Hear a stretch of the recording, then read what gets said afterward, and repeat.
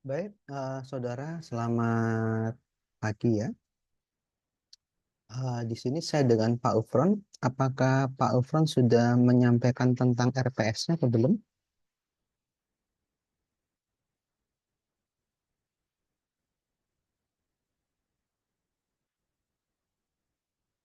Kemarin kalau saya lihat karena teman-teman telat semua Bapak, jadi tidak ada Zoom, langsung dikasih tugas di grup WA. Oh ya, oke, baik. Saya akan memaparkan singkat dulu ya RPS-nya sebelum mulai. Oke, baik. Terima kasih, Mbak. Ini terkait dengan RPS-nya, hukum tata negara itu saya dengan Pak Ufron, ya, saya lewati dulu. Saudara, hukum tata negara termasuk perkembangan praktiknya pesat sekali. Perkembangan praktiknya pesat sekali, tetapi secara normatif tidak secepat seperti hukum internasional. Nah, kalau Anda lihat di sini, hukum tata negara merupakan salah satu mata kuliah konsentrasi yang nanti Anda ketika menulis TA, silakan Anda fokusnya ke konsentrasi apa dan dicari mata kuliah pendukungnya. Kemudian untuk bacaan, memang saya masih merekomendasikan untuk yang buku ya khususnya, itu masih karyanya Jimli Asidiki, walaupun sudah banyak sekali penulis-penulis itu. Punyanya Jimli Asidiki masih relevan, termasuk yang paling baru, teokrasi, sekularisme, khilafaisme itu. Dan saya harap juga nanti Anda bisa melakukan update bacaan juga di jurnal-jurnal. Bacaannya sangat banyak sekali. Saya yakin Anda bisa langsung melihat semua ya secara baik. Nah, kalau dilihat di sini, nanti yang berwarna merah itu punya, mana, ya, yang merah punyanya Pak Ufron, yang hitam saya. Jadi yang pertama kita mendiskusikan apa sebetulnya HTN itu. Karena seringkali HTN kalau sekarang itu disamakan dengan ilmu negara. Ketika orang membicarakan HTN, maka dia kecenderungannya membicarakan bentuk pemerintahannya. Padahal bentuk pemerintahan, bentuk negara, ideologi itu masuk ke ilmu negara. Dia tidak memiliki kewenangan untuk menata. Kenapa? Karena dia hanya membicarakan asal muasal dulu. Kemudian pertemuan berikutnya kita mendiskusikan terkait dengan prinsip HTN. Sangat banyak sekali prinsipnya. Kemudian 5 sampai 6 perubahan-perubahan dalam Undang-Undang Dasar, banyak perubahannya. 7 membicarakan teori pemisahan kekuasaan, karena hukum tata negara itu kecenderungannya membicarakan tadi berasal dari trias politika. Ke-8 ETS, ke-9 menganalisis, ya, masih menganalisis teori pemisahan kekuasaan yang nanti identik mengarah pada pembagian kekuasaan. Yang ke-10 terkait dengan kedudukan dan jabatan presiden dan atau wakil presiden. Ini juga menjadi fokus utama dalam hukum tata negara.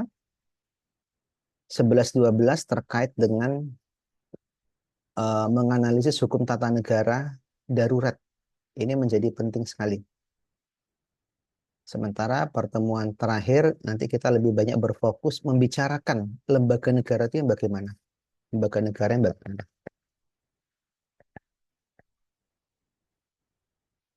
Oke, saudara, ini saya stop dulu sudah begitu ya. Kita sudah melewati RPS. Nanti ini saya kirim saja di grup.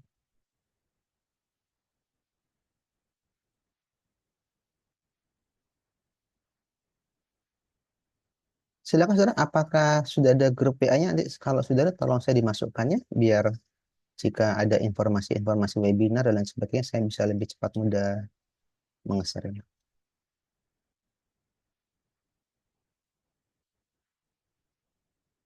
Oke, saya sudah share di grup, di kolom chat maksudnya, di kolom chat.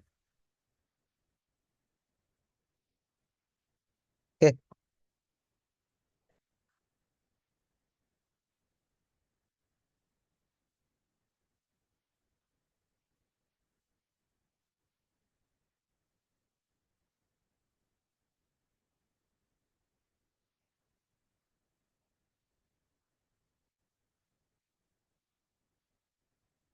oke, saudara, kita memasuki mendiskusikan makna HTN. Nanti dalam pertemuan-pertemuan itu bisa saja yang saya sampaikan topiknya sama dengan Pak Ufron, namun dalam perspektif yang berbeda.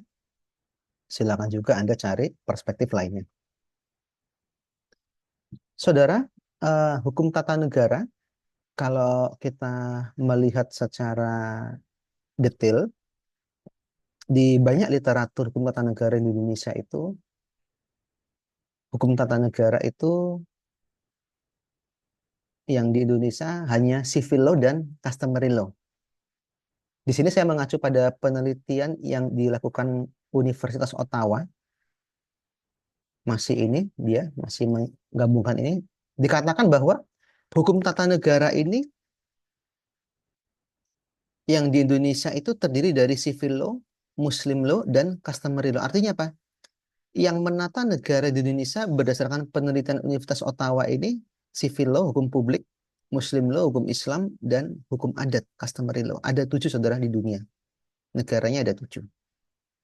Nah, kalau dalam perspektif Anda sendiri, Anda kan sudah mengalami kehidupan bertata apa kehidupan di Indonesia sampai detik hari ini. Menurut Anda yang mau ditata itu apa sebetulnya? Atau bagaimana Anda memaknai hukum tata negara? Kenapa? Karena kita sangat sering memang mendengar istilah ketatanegaraan, hukum tata negara, apalagi waktu Pilpres kemarin, maupun Pilkada, maupun Pileg. Itu sangat banyak sekali orang membicarakan hukum tata negara, melanggar ketatanegaraan, melanggar sistem, dan lain sebagainya yang sejenis. Menurut definisi Anda, sebetulnya apa yang mau ditata tersebut? Mungkin ini, siapa ini? Mas Era Aktoria Ramli. Silakan, Mas. Kalau dari saya sendiri masih awam tentang hukum tata negara, Pak. Cuman sekilas yang pernah saya baca itu tentang peraturan yang mengatur tentang antara antara lembaga-lembaga dengan warga negara gitu, Pak. Oke. Yang mau ditata, maksudnya bagaimana, Mas, yang mau ditata? Menurut Anda, yang mau ditata itu apanya? Apa negaranya, atau kekuasaannya, atau organisasinya, atau apanya? Menurut Anda secara pribadi dulu, karena kita kan masih di awal nih. Silakan. Kalau dari saya mungkin dari kekuasaannya, Pak. Biar apa menurut Anda?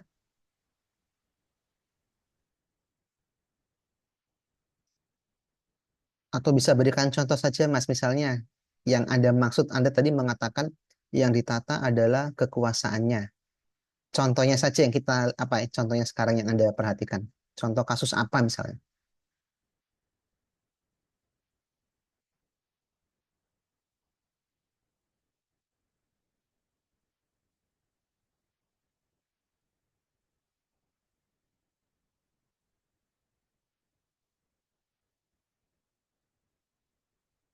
Ya, nggak apa-apa, Mas. Berarti kekuasaannya. Oke. Tadi teman Anda mengatakan yang ditata itu kekuasaannya. Iya, betul. Secara umum yang ditata adalah kekuasaannya. Makanya hukum tata negara itu cenderung, tadi saya katakan, membicarakan pemisahan kekuasaan. Cenderung. Tapi bukan bukan mutlak ya. Membicarakan pemisahan kekuasaan. Nah, saudara, tadi saya katakan di awal, untuk saat ini terjadi pencampur adukan.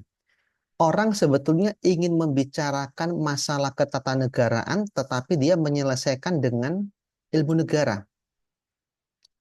Contohnya, orang ingin menyelesaikan masalah kepemiluan, tetapi membicarakan bentuk pemerintahannya.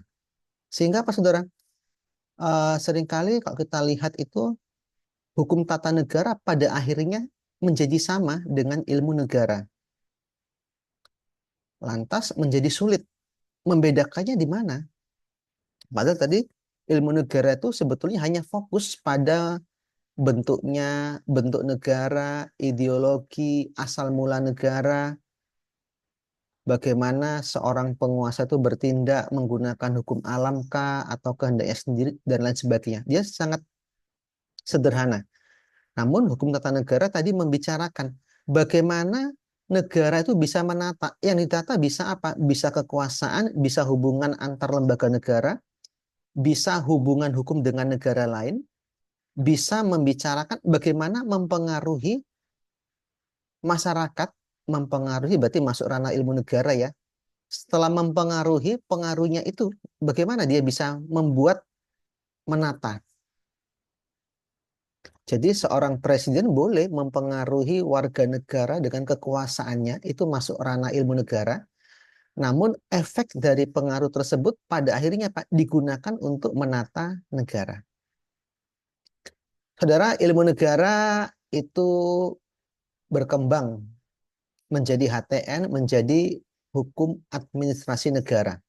Kalau sekarang seringkali disebut hukum administrasi, sehingga hukum administrasi itu hukum privat. HTN adalah hukum publik. Saudara, sebutan HTN itu banyak sekali. Saya harap Anda tidak apa ya, tidak terlalu berfokus pada macam-macam sebutan HTN. Minimal Anda menguasai tahu karena banyaknya sebutan tersebut agar kita bisa melangkah ke berikutnya. HTN saudara disebut juga sebagai hukum tata pemerintahan bisa. Hukum tata usaha negara bisa. Bahkan dulu HTN itu selalu identik dengan HAN. Kalau sekarang HTN identik dengan ilmu negara, kalau sekarang HTN disamakan dengan HAN. Mohon maaf, kalau dulu HTN disamakan dengan HAN, kalau sekarang HTN disamakan dengan ilmu negara. Kenapa kok dulu HTN disamakan dengan HAN? Karena dia dianggap sebagai satu kesatuan. Tidak mungkin suatu organisasi bisa menata dirinya tanpa ada orang di dalamnya. Siapakah orang tersebut? Yaitu hukum administrasi negara. Kalau saudara, peristilaan lainnya, kalau Anda cermati,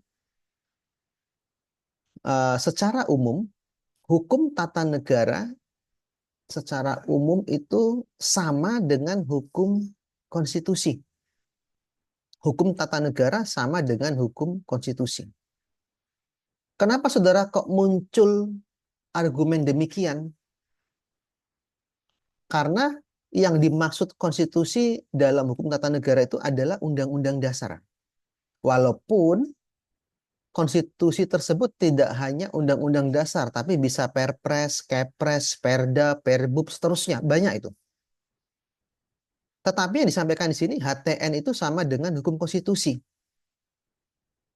Istilah ini muncul karena sebelumnya untuk menata negara itu tidak bisa hanya melalui perintah penguasa saja yang sifatnya lisan. Tidak bisa kekaisaran itu memerintahkan, oh rakyat saya misalnya harus jam segini harus memberikan hasil panen, hari bulan ini memberikan hasil panen kepada negara. Sehingga saudara, hal tersebut tidak ada yang memvalidasi. Oleh karena itu dikatakan bahwa untuk menata negara itu harus jelas, harus dalam wujud tertulis, yaitu konstitusi. Karena kalau sifatnya lisan, berarti menata negara sesuai keinginan dari penguasa. Kalau konstitusi itu kesepakatan bersama antara penguasa dengan masyarakat, antara pemerintah dengan masyarakat. Sehingga sudah dikatakan bahwa hukum tata negara sama dengan hukum konstitusi. Hukum tata negara sama dengan hukum konstitusi. Dia identik. Kalau tidak ada konstitusi, berarti tidak ada hukum tata negara. Kalau ada hukum konstitusi, berarti ada hukum tata negara. Yang dimaksud tidak ada hukum tata negara itu maksudnya begini. Negara tidak bisa menata. Tidak bisa menata secara resmi. Jadi kalau dianggap resmi itu harus ada konstitusi dulu. Tentu saudara penelitian pendapat ini menjadi berbeda, menjadi berbeda banyak orang menolak hukum tata negara sama dengan hukum konstitusi. Orang yang menolak dikatakan bahwa hukum tata negara itu lebih besar daripada hukum konstitusi. Anda lihat di sini ada yang memberikan tanggapan. Menurut Anda, mungkin saya panggil lagi Mas ini ya, Mas Era. Mas Era dari mana asalnya, Mas aslinya? Surabaya atau dari luar Surabaya? Kalau tinggalnya di daerah Surabaya, Pak, aslinya Kediri. Oke, Kediri. Menurut Anda, apa hukum adat apa yang Anda ketahui di Kediri? Misalnya saya ambil contoh ya, Masnya pasti paham sedekah bumi ya? Pernah ya dengar ya? Ya, paham. Nah, menurut Anda sedekah bumi itu bisa nggak dikatakan bagian dari menata negara? Untuk menata negara, menurut Anda secara pribadi?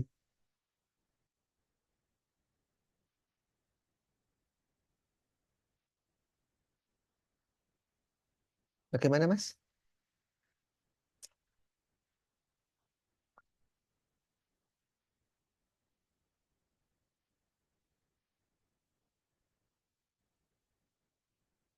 Silakan, saudara. Ayo.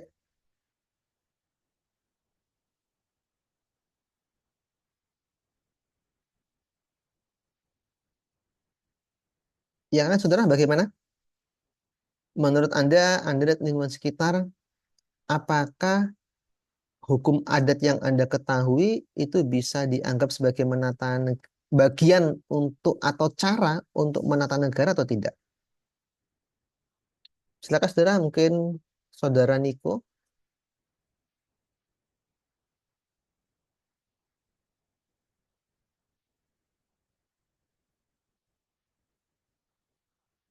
Bagaimana?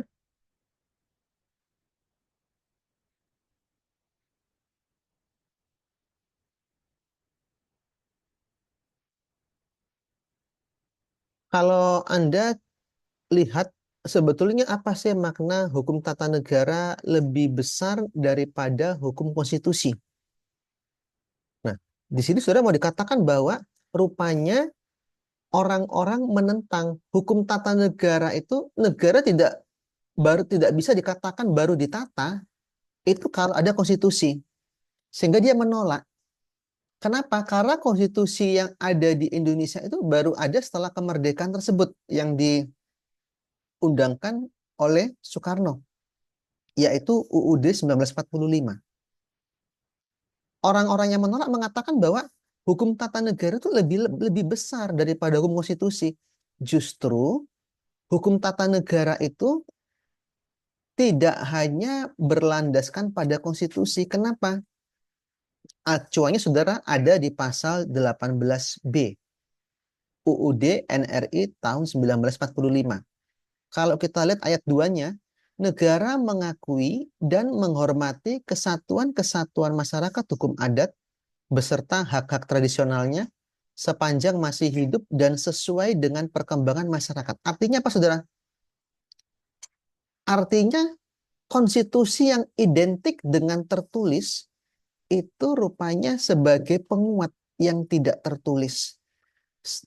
Dengan demikian, hukum tata negara lebih luas daripada hukum konstitusi karena dia yang tidak tertulis dalam hal ini hukum adat pun itu rupanya bisa digunakan menata negara.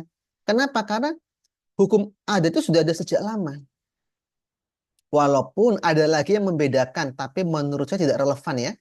Ada hukum adat yang tertulis, ada hukum adat yang tidak tertulis. Maksudnya yang tertulis itu dia ditemukan dalam batu atau mungkin dalam daun lontar atau kitab-kitab gulungan-gulungan kitab-kitab. Tapi ada juga yang tidak tertulis, pengetahuan lisan tradisional. Jadi dia lisan saja, ada begitu. Namun kalau saya secara pribadi cenderung hukum adat ya sudah, itu hukum adat mau tertulis mau tidak, itu adalah hukum adat. Sehingga saudara, hukum tata negara lebih luas daripada hukum konstitusi, diartikan bahwa menata negara tidak hanya berlandaskan pada konstitusi, tapi bisa dalam hal lainnya. Justru konstitusi itu menguatkan hal-hal yang Sudah ada sebelumnya, acuannya tadi di pasal 18B ayat 2. Ketika tadi saya menanyakan apakah sedekah bumi itu dapat dianggap menata negara? Iya, menata negara. Negara dalam arti apa? Lingkungan di mana sedekah bumi dilaksanakan. Mungkin di tempat lain juga bisa menata negara, tapi judulnya namanya beda. Bisa saja begitu mungkin di tempat lain. Pasti ada juga ya bagaimana mengatur tentang sedekah bumi di tempat lain. Kemudian saudara sebagai contoh, kalau kita lihat hukum tata negara lebih luas daripada hukum konstitusi, mau dikatakan bahwa hukum adat itu memiliki peranan penting dalam menata negara. Memang saudara,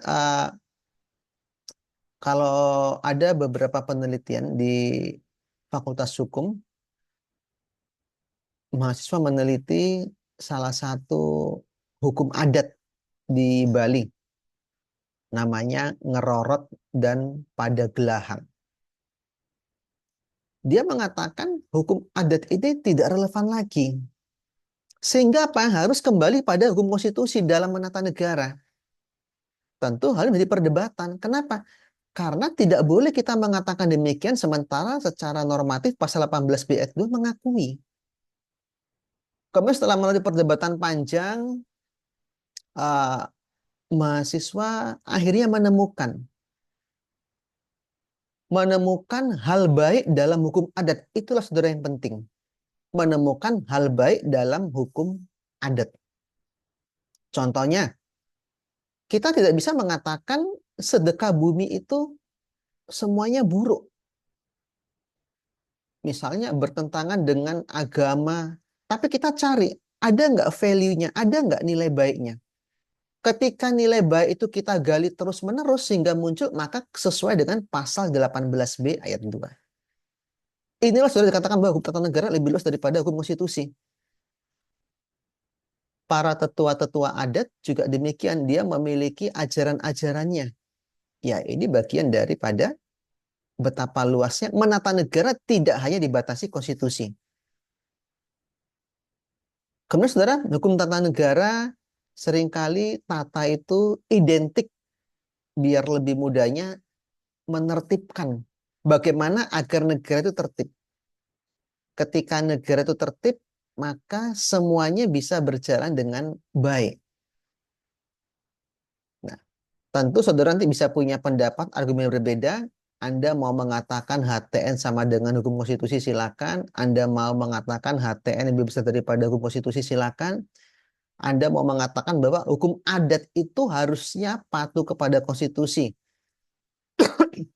bukan sebaliknya, gitu. Kemudian saudara, di sini dikatakan bahwa hukum tata negara berarti negara itu ditata. Ditata untuk siapa? Untuk pemerintah dan untuk masyarakat di dalamnya. Kita lihat membahas tatanan struktur kenegaraan. Strukturnya bagaimana? Di mana kedudukan MPR, di mana letak kedudukan MK, di mana kedudukan MA. Kemudian mekanisme hubungan antar organ. Bagaimana sih hubungan DPR dengan DPD? Bagaimana hubungan MK dan MA yang sama-sama memiliki kekuasaan untuk menerima judicial review? Bagaimana sih hubungan OJK terhadap Kementerian Keuangan?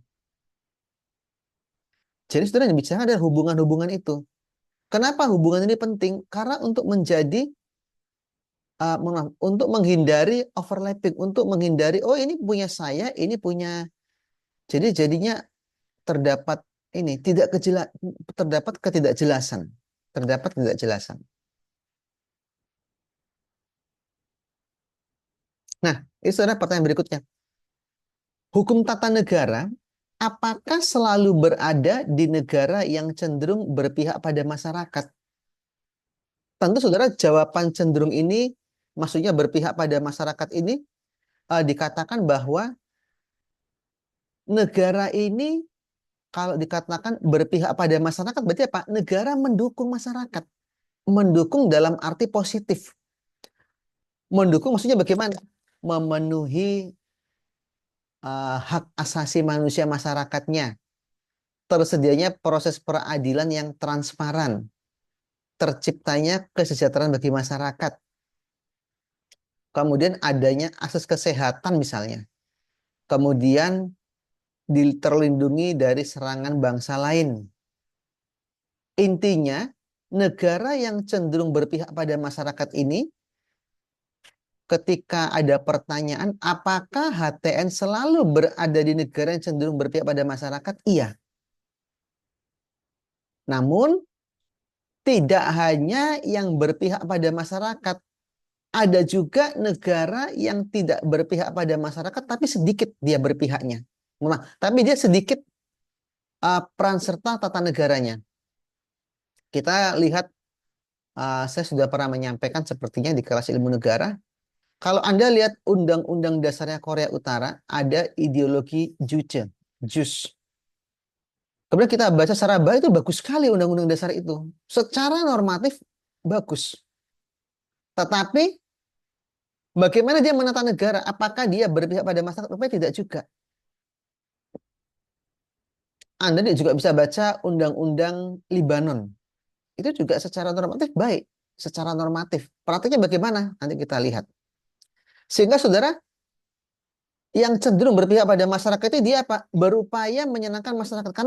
Karena dia merasakan bahwa penguasa ini ada karena masyarakat. Penguasa ada dari masyarakat.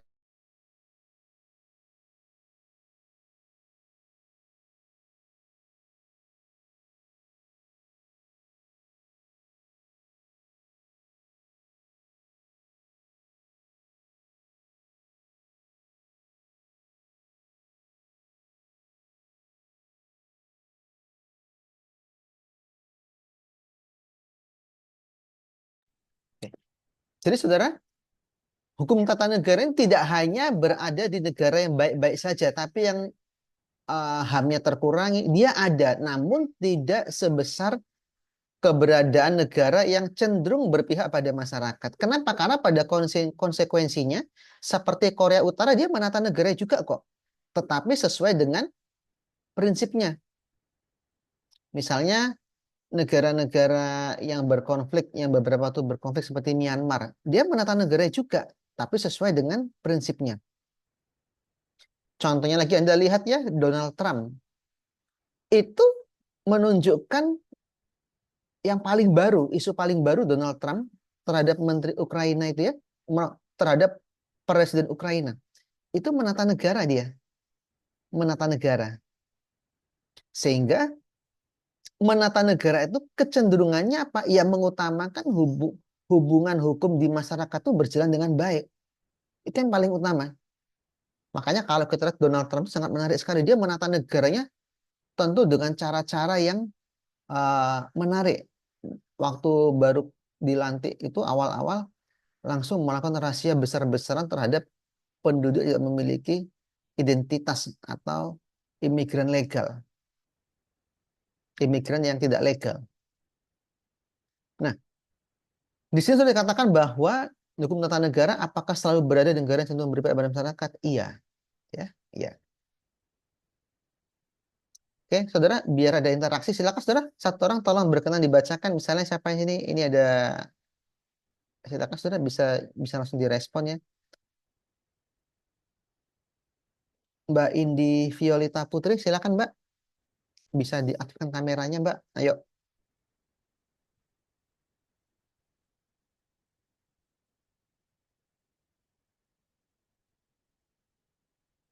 silakan Mbak Indi, bagaimana?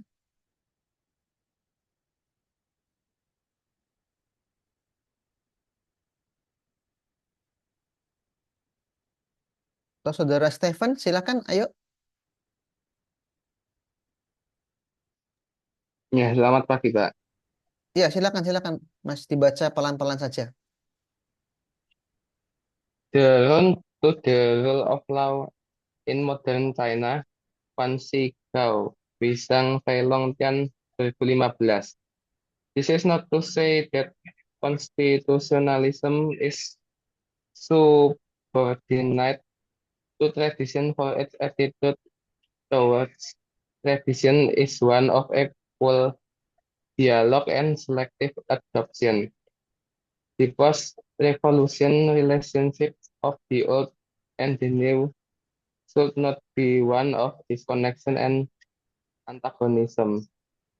However, following one after another revolution, which span over a century, China has not produced a voluntary restoration by the revolutionaries that brought China back to the path of conservative development, which were a gradual and spontaneous improvement from happening. Oke, baik, terima kasih Mas. Saudara, di Ya, sini saya terima kasih Mbak mengambil Eva. contoh tulisannya Fei Longtian. Saya membandingkan dengan negara Cina. Karena memang di beberapa literatur itu kecenderungannya hanya membandingkan negara-negara Barat.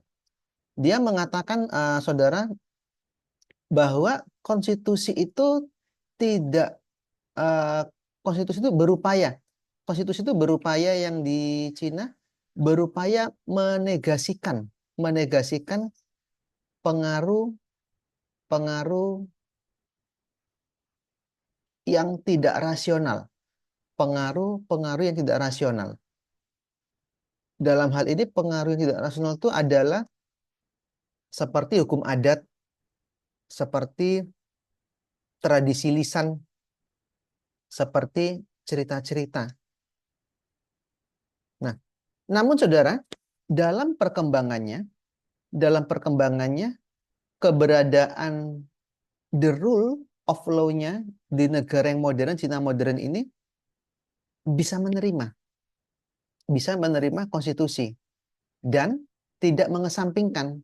Artinya apa? Masih ada pengakuan hukum adat, hukum kebiasaan yang ada di dalam masyarakat terjadi, masih diakui oleh pemerintah, masih diakui oleh konstitusi.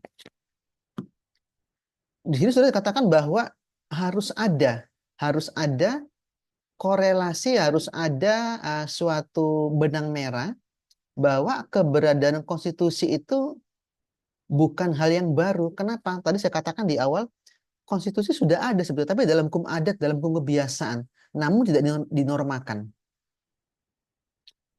Sehingga saudara, keberadaan the rule of law di negara Cina yang modern ini kecenderungannya apa? Berupaya mengadopsi kedua belah pihak. Mengadopsi hal-hal yang modern dan yang rasional. Mereka kan menelusuri hal yang rasional itu bagaimana, yang tidak rasional bagaimana.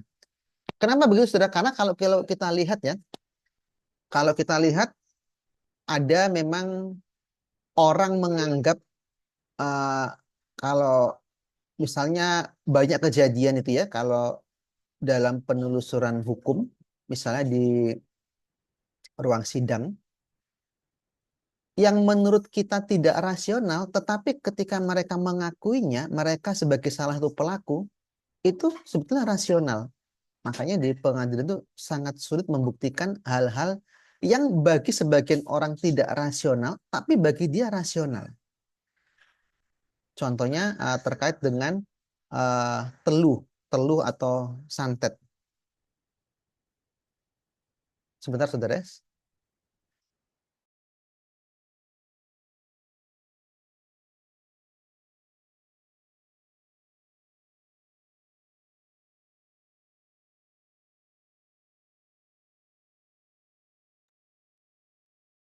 Ya, maaf saudara, saya teruskan.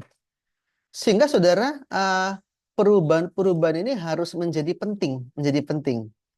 Contohnya tadi saya katakan selain adat istiadat, misalnya kesenian. Kita lihat saja misalnya kesenian di Cina itu seperti barongsai, itu masih ada juga, masih tetap ada. Jadi masih tetap diakui. Namun saudara, kalau kita lihat di pendapat lainnya, ini sangat menarik sekali di sini. Nah, silakan saudara, tadi sudah dibacakan Mas Stephen, silakan yang lain, siapa yang berkenan ini biar ada interaksinya kita. Febrisma Bangun Sanjaya ada? Silakan. Saudara Febrisma Bangun Sanjaya.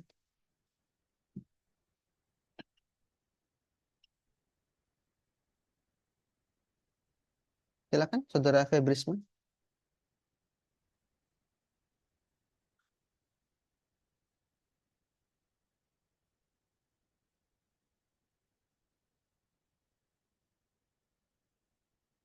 Atau Muhammad Arjuna, Moh Arjuna, silakan. Moh Arjuna, silakan Mas. Mohon izin Bapak, belum bisa membacakan soalnya lagi kerja ini Bapak. Oh iya, Muhammad Dimas, ada Muhammad Dimas?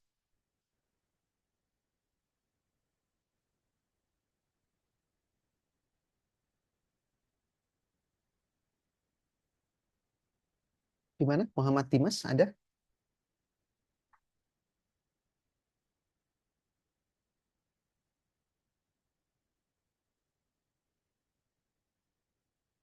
Indi Violeta bagaimana? Tadi belum ada respon dari tadi. Atau Febrisma ini mana? Febrisma. Nico Alvarado.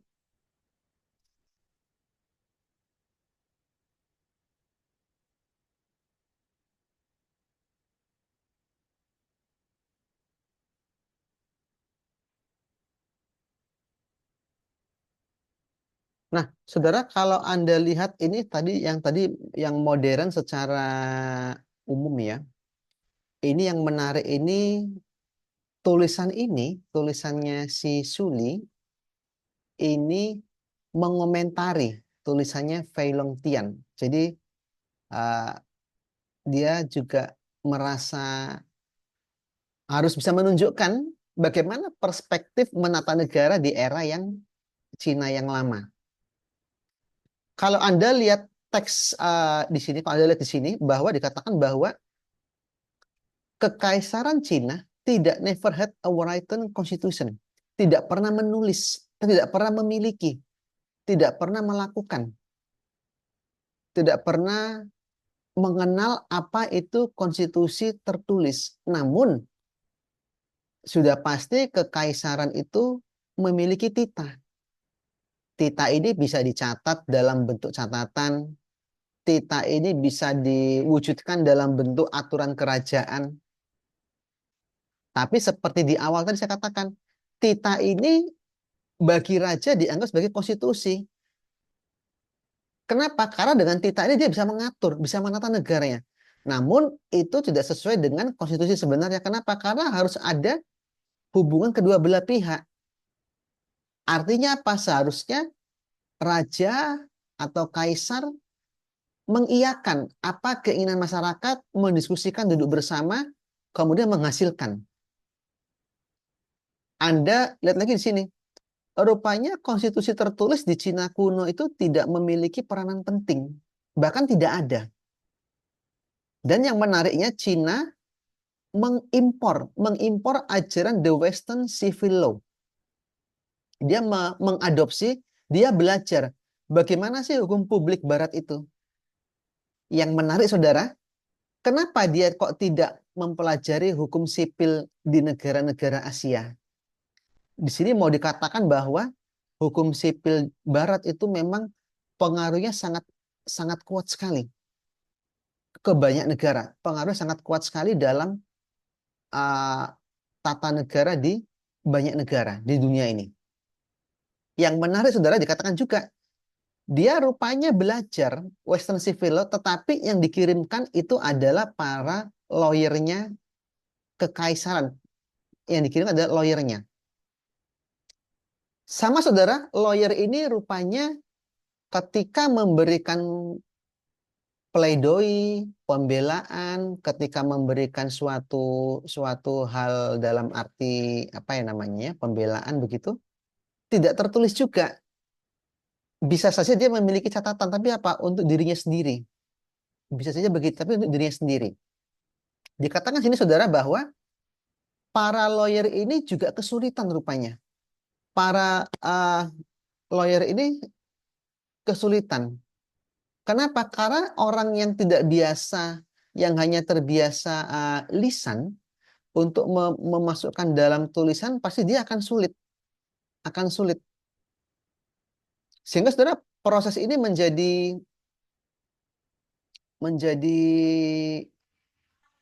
apa ya? Menjadi hal yang menarik. Makanya sini ada kata-kata because of this rupture, karena perpecahan ini, di satu sisi lawyer ini masih pingin mempertahankan tradisinya kalau kita lisan saja nggak masalah. Tapi satu sisi ada juga lawyer yang mengatakan rupanya ajaran bangsa Barat itu, civil law Barat itu bisa membantu kita dalam melakukan pembelaan, dalam membela raja, membela masyarakat, harus ada tertulis konstitusi. Sehingga sudah dikatakan bahwa ada lawyer-lawyer yang di Cina, kekaisaran di Cina itu belajar dari hukum Jerman, dari hukum Amerika Serikat. Akhirnya banyak belajar. Yang menarik saudara, selama dilatih, selama dilakukan pelatihan, kalau Anda lihat di sini, mereka mulai mengenal hal-hal yang tertulis, yang dinormakan untuk masyarakat itu sifatnya konstitusional, sudah mulai mengenal. Nah, kalau Anda lihat lagi di bagian bawah, di Cina, the history of the party and constitutional law are two fields. Jadi saudara, ada perubahan mendasar. Ada perubahan mendasar. Saudara kemarin mengikuti ya, waktu para kepala daerah se-Indonesia mengikuti retreat di Magelang. Anda lihat, mengikuti berita Megawati Soekarno Putri memberikan instruksi agar kepala daerah sokongannya yang berasal dari partainya tidak pergi ke Magelang. Tidak pergi ke Magelang mengikuti retreat yang diadakan oleh Prabowo sama Gibran. Menurut Anda, yang dilakukan oleh Megawati Soekarno Putri itu sebetulnya boleh atau tidak? Silakan saudara, bisa memberikan tanggapan. Ayo, yang ini silakan.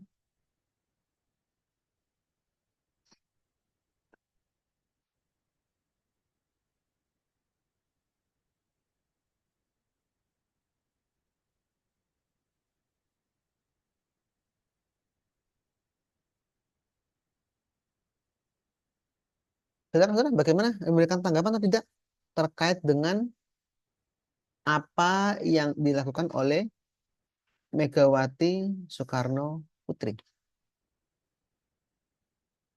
Rupanya saudara, hal ini sama seperti di Cina era yang lalu. Bahwa partai dan konstitusi itu merupakan hal yang bertolak belakang. Mereka jarang mengadakan komunikasi. Maksudnya komunikasi apa? Menyesuaikan. Harusnya Megawati tidak perlu mengatakan demikian. Tidak boleh, bukan tidak boleh. Tidak boleh menyuruh kepala daerah yang didukungnya itu menolak pergi ke Magelang. Memang kalau kita lihat kemarin beritanya itu, kepala daerah terpecah menjadi dua ya. Ada kepala daerah yang saya baca itu yang dari PDIP, dia tetap datang dari hari pertama, tapi ada juga yang datangnya di hari berikutnya sehingga telat. Sementara info yang tidak datang itu saya tidak mendapatkan, di berita tidak dijelaskan. Tapi yang ada itu datang hari pertama ada, datang hari berikutnya ada, telat. Di sini sebenarnya tidak boleh Megawati menginstruksikan demikian, nggak boleh. Kenapa? Karena dia para kepala daerah ini terikat dengan konstitusi. Kok bisa terikat? Ya dia sudah melalui pemilihan umum kok yang atur dalam Undang-Undang Dasar kita sudah sah, sehingga hal ini tidak boleh terjadi. Tidak boleh terjadi.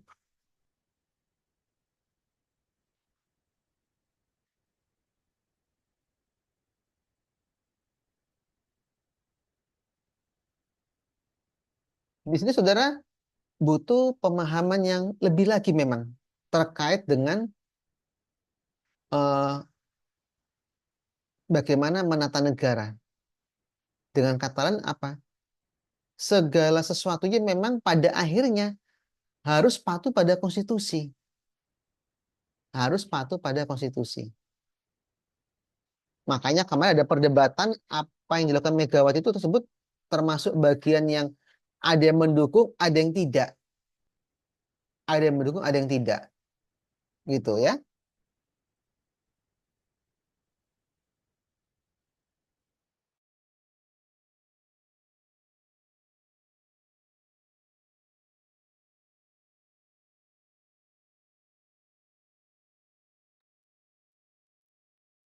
Oke ya.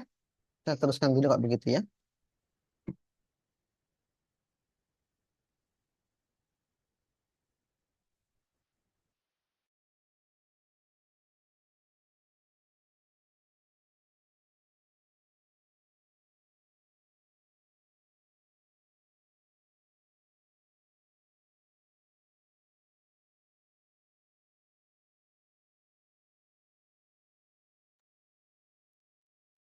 Nah, ini saudara nanti Anda bisa baca. Oh, mohon maaf tadi saya terlupa sini ya. Jadi saudara Suli ini merupakan nama pena. Tadi saya lupa memberitahu. Nama pena dari Suli. Dia membuat tulisan ini karena dia takut terjadi apa-apa pada dirinya sehingga dia menggunakan nama pena.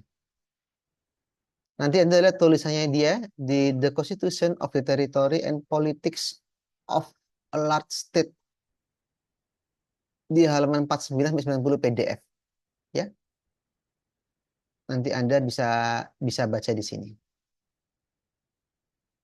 Silakan saudara, ada lagi yang mau ditanyakan sampai sini? Silakan, ayo.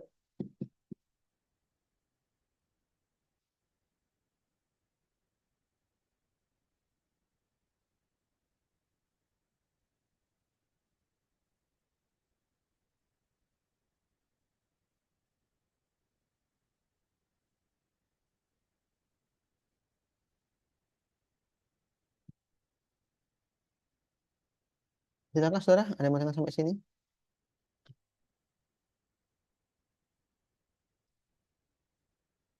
Oke, minta tolong mungkin Mas Stefan lagi cemas, minta tolong dibacakan Mas ini yang slide ini, yang yang ini. Silakan Mas Stefan. Ya, Pak. Ya, silakan A Mas. journey with Benedict 16 through the spirit of constitutionalism. Marta Cartabia and Andrea Simoncini. In history, system of law have almost always been based on religion.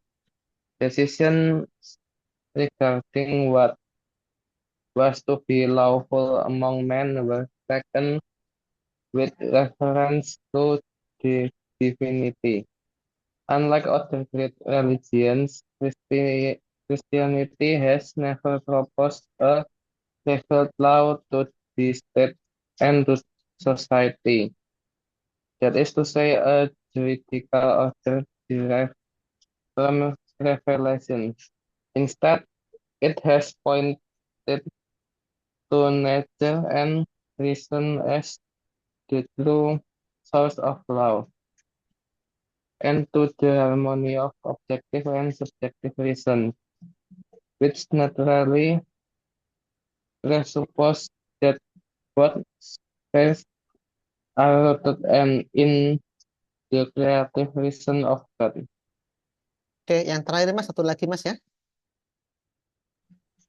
Constitutionalism tends to codify the limits that should be placed on the majority in written constitutions, perhaps ascribing them superior value to other laws, making them higher laws so that certain undebatable points of the legal order are secured. This is the reason the three of constitutions and also of the declarations and international agreements, where the rights of the person and other universal principles are consecrated. The, the guardianship of these principles is then entrusted for the most part to judicial authorities, often to special tribunals. The constitutional courts endowed with the power to enforce these principles against parliamentary legislation and even to annul it. Oke, terima kasih Mas. Nah, Saudara, kalau tadi kita sudah mendiskusikan terkait dengan menata negara versi Cina yang itu ada perdebatan antara kebiasaan lisan yang tidak tertulis, termasuk perpecahan yang tertulis pun dia lebih belajar kemana begitu. Kalau ini beda lagi. Ini salah satu hasil wawancara yang dilakukan Marta Kartabia dan Andrea Simoncini kepada Paus Benediktus XVI. Dia mengatakan, si Paus mengatakan bahwa dalam sejarah, ini menarik sekali, dalam sejarah, systems of law have almost always been based on religion. Artinya apa? Hampir selalu negara itu untuk menata dirinya itu berlandaskan pada agama. Sehingga decision regarding what was to be lawful among men were taken with reference to the divinity. Sehingga di sini menimbulkan dua pernyataan sebetulnya. Di satu sisi ketika negara hampir dipengaruhi kuatnya ajaran agama, maka putusannya memang bisa sesuai dengan ajaran apa yang diyakininya. Yang kedua, putusannya itu bisa sesuai dengan apa yang diyakini dirinya, namun dia menyandarkan diri ini ajaran agamanya, sehingga tidak ada validasi. Sehingga saudara dikatakan bahwa unlike other great religions, Christianity has never proposed a revolt law to the state and to society. Sehingga sudah dikatakan bahwa tidak boleh memasukkan ajaran agama ke dalam konstitusi untuk menata negara. Maksudnya begini, ajaran agama tidak boleh lebih tinggi daripada menata negara, daripada hukum konstitusi. Saudara, di sini saya mau buka dulu ada file. Sebentar ya, akan saya tunjukkan dulu. Nanti saudara juga bisa buka di undang-undang dasarnya, karena situ juga ada sebetulnya. Kita ada semua bisa ngecek secara manual.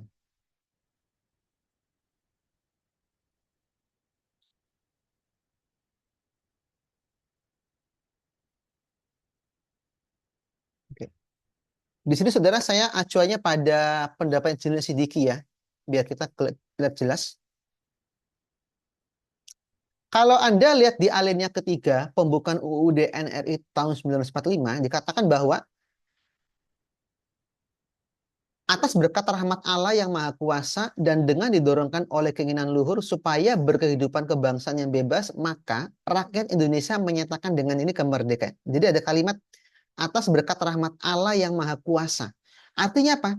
Di sini menata negara pertama bersumber pada Allah, pada Tuhan, pada apa yang dipercayai oleh, artinya apa? Indonesia mengakui adanya Tuhan, adanya Allah, mengakui. Itu yang pertama. Yang kedua, Anda lihat di pasal 1 ayat 2. Kedaulatan berada di tangan rakyat dan dilaksanakan menurut Undang-Undang Dasar. Sini diartikan bahwa menata negara itu Yang bisa menata itu adalah rakyat. Tetapi apa? Berlandaskan pada undang-undang dasar. Yang ketiga, negara Indonesia adalah negara hukum. Yang menata negara dengan cara apa ditata? Hukum. Sehingga saudara untuk mengartikan ini, Jimli mengatakan demikian. Dalam hukum tata negara, yang menata itu adalah rakyat. Maksudnya yang menata itu adalah rakyat. Kenapa?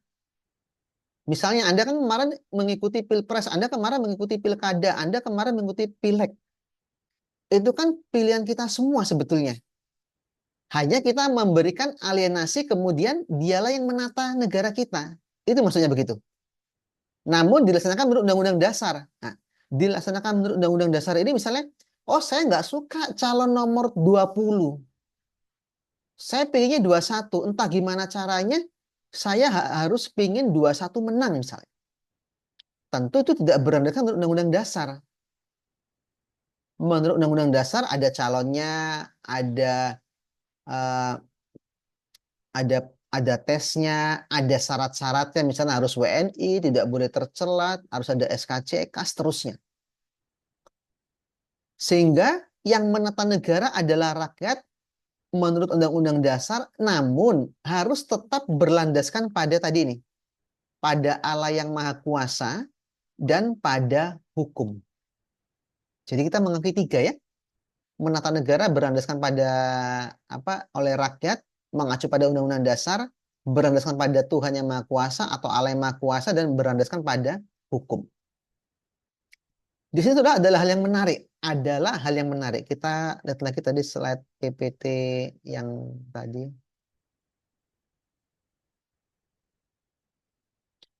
Nah, kalau mengacu pada pendapatnya Benediktus dikatakan bahwa kenapa kok agama itu tidak boleh dijadikan yang paling utama dalam menata negara? Kenapa? Karena pada akhirnya keberadaan konstitusi itu jadinya tidak ada gunanya. Dia hanya sifatnya pelengkap saja, tidak ada gunanya lagi. Keberadaan konstitusi tidak ada gunanya lagi. Di sini saudara harusnya konstitusi tetap mengakui agama, tetap mengakui kepercayaan. Di Indonesia sudah mengakui saudara agama dan kepercayaan itu diakui. Dia harus mengakui. Dan dia harus menyatakan bahwa negara ini ada juga karena pengaruh Tuhan.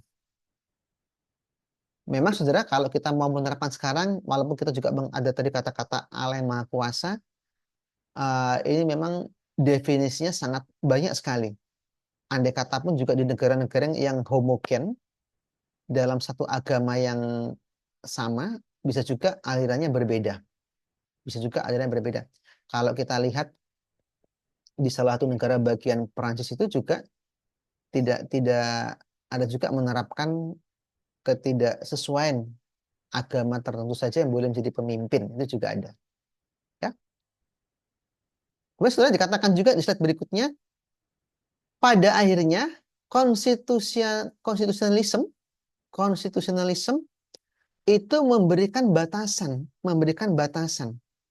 bahwa hukum yang tertulis itu harus lebih apa ya, harus lebih tinggi.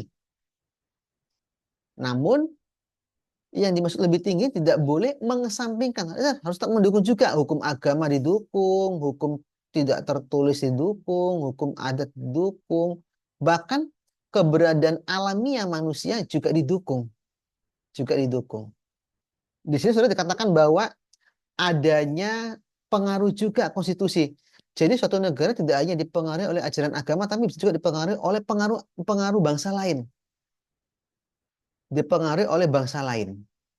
Namun kalau saya baca teksnya ini di literatur itu tampaknya tidak terlalu menonjol sih pengaruh bangsa lainnya yang dimaksud oleh Paus ini, tapi dia mengatakan yang pasti ajaran agama itu berpengaruh, memiliki pengaruh yang kuat dalam menata negara. Jangan sampai dihilangkan. Memiliki pengaruh yang kuat. Mungkin pada saat itu kalau kita lihat historinya ya, misalnya terkait subjek hukum internasional yaitu tahta suci, itu sangat kuat sekali pengaruhnya ajaran agama Katolik. Dia menyebar kemana-mana, sangat kuat.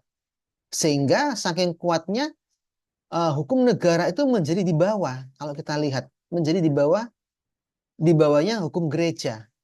Padahal harusnya secara ketatanegaraan hukum negara itu lebih lebih lebih kuat memang. Baru dia melingkupi hukum-hukum lainnya.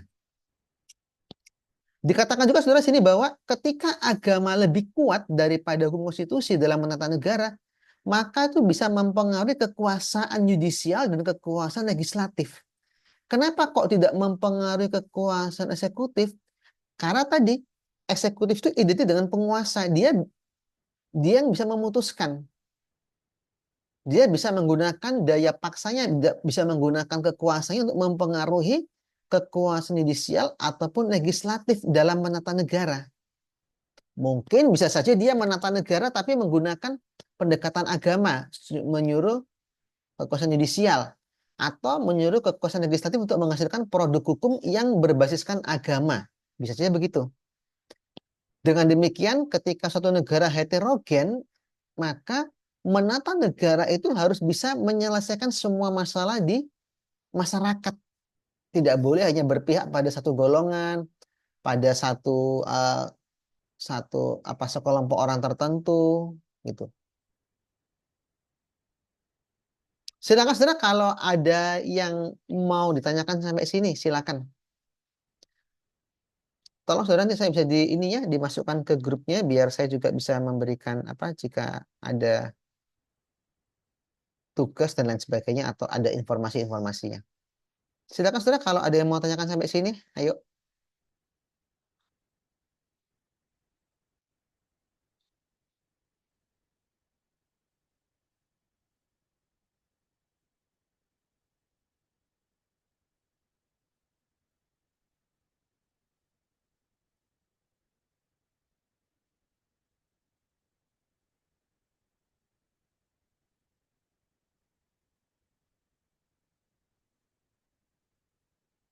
Bagaimana saudara? Ada yang mau tanyakan sampai sini? Silakan.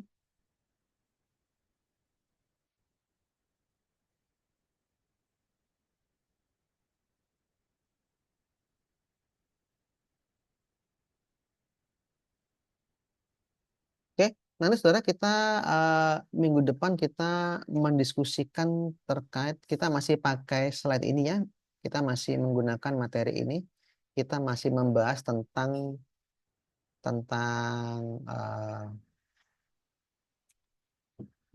makna HTM. Ini sangat penting sekali karena kita bisa melihat prinsip yang berbeda. Nanti saudara silakan untuk minggu depan Anda bisa melakukan paparannya, kita diskusi lebih lanjut lagi. Silakan saudara nanti Anda bisa cari di Google ya, cari di Google. Anda masukkan kata kunci tilang syariah di Lombok ya, tilang syariah di Lombok. Ini terjadi di bulan Maret ini. Tilang syariah di Lombok terjadi di bulan Maret. Silakan Anda lihat berita tersebut. Anda boleh membandingkan dengan berita sejenis. Nanti bisa per orang bisa buat PPT atau ya PPT ya, PPT Anda berikan analisa. Menurut Anda, apakah itu dapat disebut menata negara dalam perspektif agama atau tidak? Ya.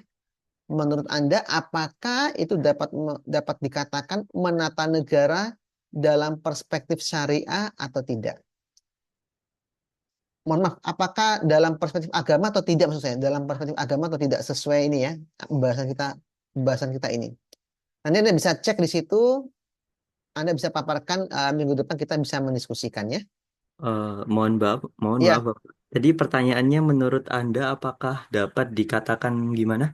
menata negara menurut agama atau tidak?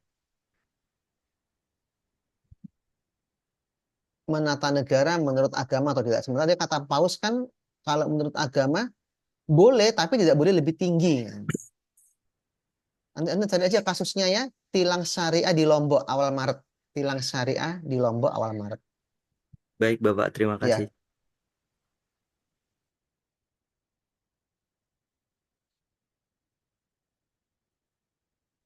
oke. Ya, nomor saya 0816940128 ya. 081 6940128. Mungkin bisa buat PPT, kita diskusikan minggu depan sebelum kita ke ini yang ke berikutnya.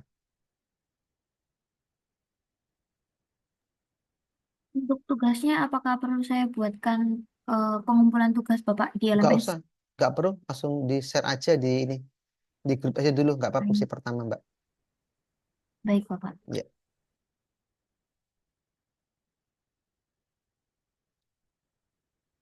Oke, saya pikir kita sampai sini dulu ya. Terima kasih untuk ini ya, tim Untak untuk menyiapkan ininya. Nanti silakan sudah nanti kita minggu depan memaparkan dengan baik ya. Oke, selamat pagi, terima kasih.